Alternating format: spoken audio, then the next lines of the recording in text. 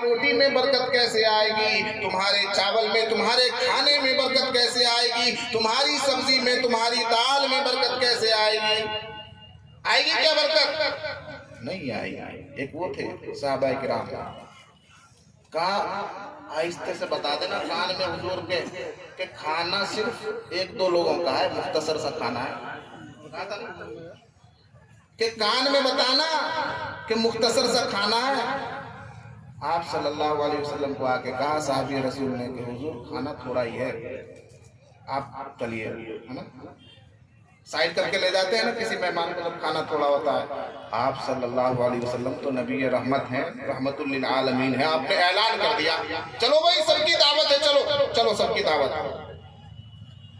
और सब जाकर दस्तरखान पर बैठ गए। अब वो दांतों तले उंगली दबाने लगी साहबिया। कहा अपने शौहर को गुस्सा दिखा दिया, अरे उनको कहा नहीं था खाना थोड़ा है। कहा हुजूर ने ऐलान कर दिया, मैं क्या करूं? जब ये कहा कि हुजूर ने ऐलान किया है तो अब वो खामोश हो गई। कहा अच्छा हुजूर ने ऐलान किया है फिर तो कोई परवाह नहीं। खाने के लिए बैठे तो 70 से ज्यादा सहाबा ने एक दो लोगों के खाने को खाया और सैर होकर खाया, और इसके बाद भी खाना बच गया। क्यों? एक अल्लाह के नबी सल्लल्लाहु अलैहि वसल्लम की बरकत और एक बिस्मिल्लाह की बरकत। दूध आया एक प्याला, असहाबे सुफ़ा, जैसे अभी मदरसे में पढ़ते हैं ना बच्चे, कभी 10 कभी 20 कभी 30, तो इन बच्चों का खाना कहाँ से आता है? आप ही लोग देते हैं, चंदा करके लाते हैं लोग, बच्चों को खिलाते हैं। कुछ बच्चे होते हैं दो चार जो फीस दे पाते हैं वो भी पूरी नहीं देते, आधी फीस देते हैं। वरना लोगों को वही जमा करके किसी से 10 ले लिए, किसी से 20 ले लिए, किसी से चावल ले लिया, किसी से आटा ले लिया, किसी से दाल ले लिया, इस तरह से खाना खिलाते हैं। तो सबसे पहला मदरसा सुफ़ा, सबसे पहला मदरसा उसका नाम है सुफ़ा। उसमें सहाबा किराम पढ़ते थे, पढ़ने वाले सहाबा किराम, पढ़ाने वाले नबी पाक सल्लल्लाहु अलैहि वसल्लम। और असहाबे सुफ़ा कितने हुआ करते थे?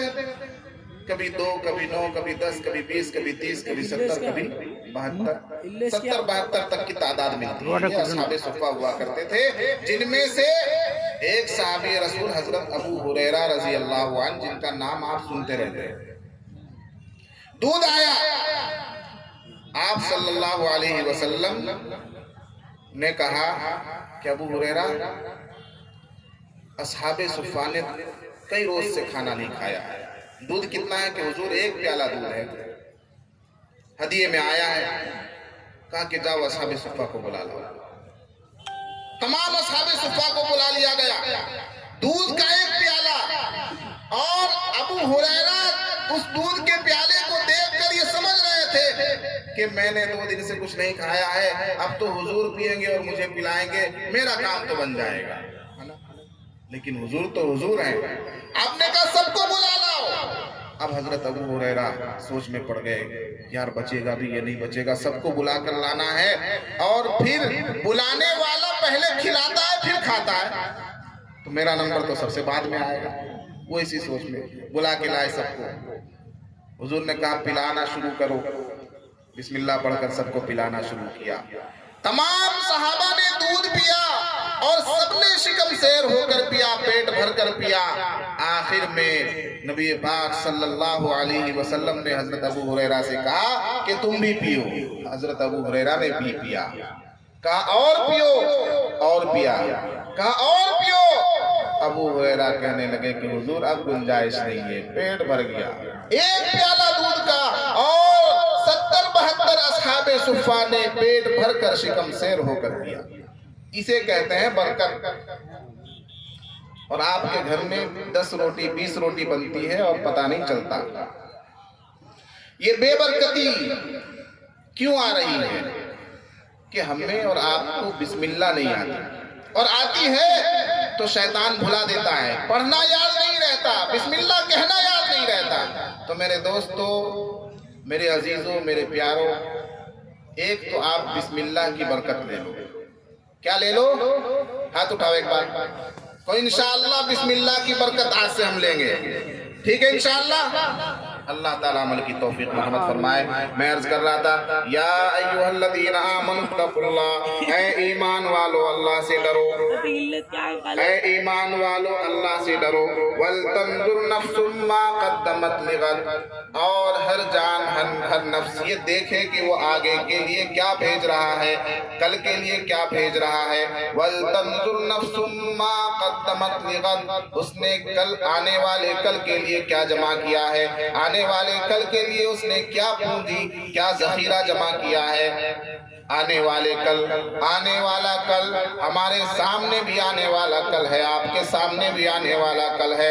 आप कल के लिए क्या कर रहे हैं, जरा मुझे बताओ मुसलमानों, मेरे प्यारों, मेरे अजीजों, कि हम कल के लिए क्या कर रहे हैं। अब मेरा एक भाई खड़ा होगा और कहेगा, मौलाना मैंने तो कल के लिए बहुत कुछ कर रखा है, मुझे कल की कोई चिंता नहीं है, मुझे कल की कोई परवाह नहीं है, मैंने तो इतने प्लाट खरीद रखे हैं, मैंने इतनी जमीनें खरीद रखी हैं, मेरी इतनी खेतियां हैं, और मैंने इतना मकई लगा रखा है, मैंने तो इतना बैंक बैलेंस कर रखा है, मेरे पास इतना सोना है, इतनी चांदी है, मेरे पास इतने जेवरात हैं, मेरे पास इतनी प्रॉपर्टी है, मेरे पास इतने मकानात हैं, मुझे तो कल की कोई चिंता नहीं है। मैं आपसे कहूंगा कि मेरे भाई, ये अल्लाह तबारक व तआला इस आयत के अंदर तेरे दुनिया के कल की बात नहीं फरमा रहा, बल्कि अल्लाह तबारक व तआला आखिरत के कल की बात कर रहा है, और उससे मालूम कर रहा है, पूछ रहा है, सवाल कर रहा है कि आखिरत के कल के लिए तुमने क्या किया, क्या भेजा, क्या जमा किया, तुमने अपने नामे आमाल में कितना सवाब जमा किया, तुमने अपने नामे आमाल में कितनी नेकियां जमा की, जरा मुझे हिसाब दो, जरा मुझे बताओ तो सही, और अपने गिरेबान में झांक कर बताओ कि तुम जो रुपया बैंक बैलेंस कर रहे हो, तुम जो पैसा बैंक में जमा कर रहे हो, तुम जो जमीन दुनिया के लिए खरीद रहे हो, तुम जो जेवरात बना रहे हो, तुम जो सोना खरीद रहे हो, तुम जो चांदी खरीद रहे हो, मुझे बताओ कि इनमें से, इस प्रॉपर्टी में से, इस जमीन में से, इस दुकान में से, इस घरबार से, इस बंगले से, और कायनात की जो ये जमा पूंजी है, इस जमा पूंजी में से आखिरत में कौन सा धन काम आने वाला है? कुछ काम आने वाला है? आपका सोना काम आएगा क्या आखिरत में? बैंक बैलेंस, स्टेट बैंक में जो पैसा जमा किए हैं, पंजाब नेशनल बैंक में जो पैसा जमा किए हैं, काम आएगा? आखिरत में काम आएगा? नहीं काम आएगा मेरे दोस्त। वहां क्या काम आएगा? वहां तो आपने आखिरत के बैंक में जो पैसा जमा किया है, अपने नामे आमाल में जो नेकी जमा की है, वो काम आएगा। अब इसके साथ मैं हदीस जोड़ता हूँ। नबी पाक सल्लल्लाहु अलैहि वसल्लम फरमाते हैं, आदमी कहता है मेरा माल, कहता है ना, आदमी कहता है मेरा माल, हालांकि तेरा माल सिवाय इसके कुछ नहीं जो तूने खाकर खत्म कर दिया, तेरा माल सिवाय इसके कुछ नहीं जो तूने पहनकर पुराना कर दिया, तेरा माल सिवाय इसके कुछ नहीं जो तूने अल्लाह की राह में देकर आखिरत के लिए जखीरा कर लिया। इन तीन चीजों के अलावा कोई तेरा माल नहीं है, न ये जमीन तेरा माल है, न ये प्रॉपर्टी तेरा माल है, न ये बैंक बैलेंस तेरा माल है, न ये सोना चांदी तेरा माल है, न ये दरो दीवार तेरा माल है, न ये खजाने तेरा माल है, न ये पेट्रोल पंप तेरा माल है, न ये मुखियागिरी तेरा माल है। जो तू पैसा जमा कर रहा है, जो तू नाम और शोहरत कमा रहा है, ये कुछ तेरा माल नहीं है। ये जायदाद जो तुझे नजर आ रही है, ये जमीनात जो तुझे नजर आ रही है, ये बैंक बैलेंस जो तुझे नजर आ रहा है, ये गाड़ियां जो तुझे नजर आ रही है, ये दीवारें बुलंदो बाला इमारतें जो तुझे नजर आ रही हैं, ये तेरा माल नहीं है, ये तो किसी और का माल है। तेरा माल तो सिर्फ वो है जो तू खाकर खत्म कर देगा, तेरा माल तो सिर्फ वो है जो तू पहनकर पुराना कर देगा, तेरा माल तो सिर्फ वो है जो तू अल्लाह की राह में देकर आगे भेज देगा, आखिरत के लिए जमा कर देगा। है या नहीं? गलत कह रहा हूं क्या मैं? यही है मेरे दोस्त, यही हमारा माल है। मैंने खा लिया, मेरे पास 100 रुपए थे, राशन लाकर खाना बनाकर खा लिया, ये मेरा माल है। कपड़ा बनाकर पहन लिया, ये मेरा माल हो गया ना भाई, मेरा हो गया ना, ये मेरा माल। और अल्लाह की राह में अगर कुछ दे दिया, ये है मेरा माल, ये है मेरा माल, अल्लाह की राह में दे दिया, ये मेरा माल। अब जो रह गया इसके अलावा, इन तीन चीजों के अलावा जो रह गया, हकीकत में सोचो, दिमाग पर जोर डालो मुसलमानों, सोचने का तुम्हें वक्त नहीं है। हर वक्त बस दुनिया दुनिया दुनिया, पैसा पैसा पैसा, गाना गाना, बाजा बाजा, बस हुल्लड़बाजी में लगे हुए हैं, हुड़ हुड़ दबंग चल रहा है। इसलिए सोचने का भी टाइम नहीं, हर टाइम हुल्लड़बाजी चल रही है। नौजवानों का तो पता ही नहीं है किस दुनिया में रहते हैं। इधर से बाइक लेके निकले फुर फुर फुर, उधर से बाइक नहीं लेके निकले फुर फुर, किस दुनिया में रहते हैं पता ही नहीं। ऐसी आवाज निकालते हैं बाइक से कि दुनिया तबाह है, परेशान है इनसे, पूरी दुनिया परेशान है। मोदी अलग से परेशान है, अमित शाह अलग से परेशान है, योगी अलग से परेशान है, सबको परेशान कर रखा है। हम सोच रहे थे कि इन लोगों से परेशान है लोग, लेकिन ये नौजवान नस्ल जो है, इससे ये लोग, ये हुकूमत करने वाले भी परेशान है इन लोगों से। दिमाग पर जोर डालो। ये जो एयरफोन है ना, कान में जो लगाकर एयरफोन गाना सुनते हैं, अब बस चल रहा है 4 बोतल वोडका, भाई इससे क्या होगा?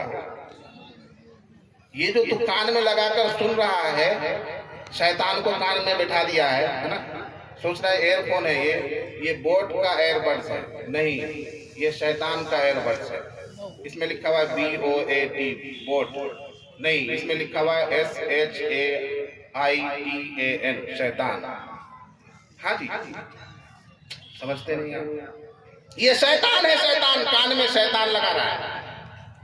शैतान को कान में बैठा लिया है कि बेटा गा के सुना, हम सुनेंगे, बाइक चलाते हुए भी सुनेंगे, काम करते हुए भी सुनेंगे। मैकेनिक है, पूरे दिन उसको काम करना है, बाइक सुधार कर बड़ी मेहनत से अपना पूरा कपड़ा उपड़ा मैला कर लेता है, सब कुछ बहुत मेहनत का काम है।